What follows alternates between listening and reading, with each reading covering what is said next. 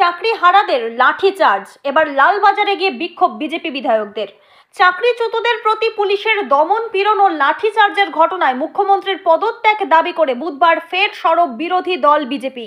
শাসক দলের প্রতি তাদের অভিযোগ, পরিকল্পিতভাবে যোগ্য শিক্ষকদের ন্যায্য দাবিকে নস্যাৎ করে দিতেই তৎপর রাজ্য সরকার। এর প্রতিবাদে রাজপথে সামিল বিজেপি। কসবায় চাকরিহারাদের ওপর পুলিশের লাঠিচার্জের ঘটনায় এদিন লালবাজার অভিযান করেন বিজেপি নেতৃত্ব।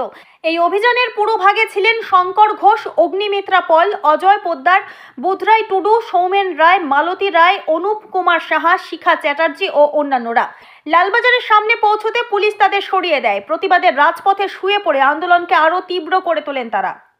আমাদের সতীর্থরা অগ্নিমিত্রাদি সহ শঙ্কর ঘোষ 7 জন এমএলএ আজকে তাদের অ্যারেস্ট করেছে এবং আমি তাদেরকে বেল করার জন্য আসি, আমি এবং জেলা সভাপতি সমন্বদা। এবং আসার পরে আমার সাথে কেউ নেই, কোনো একটা লোকও নেই, একটা মব নেই।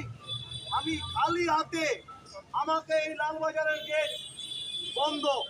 বিরোধীদের জন্য লালবাজার প্রশাসন বন্ধ।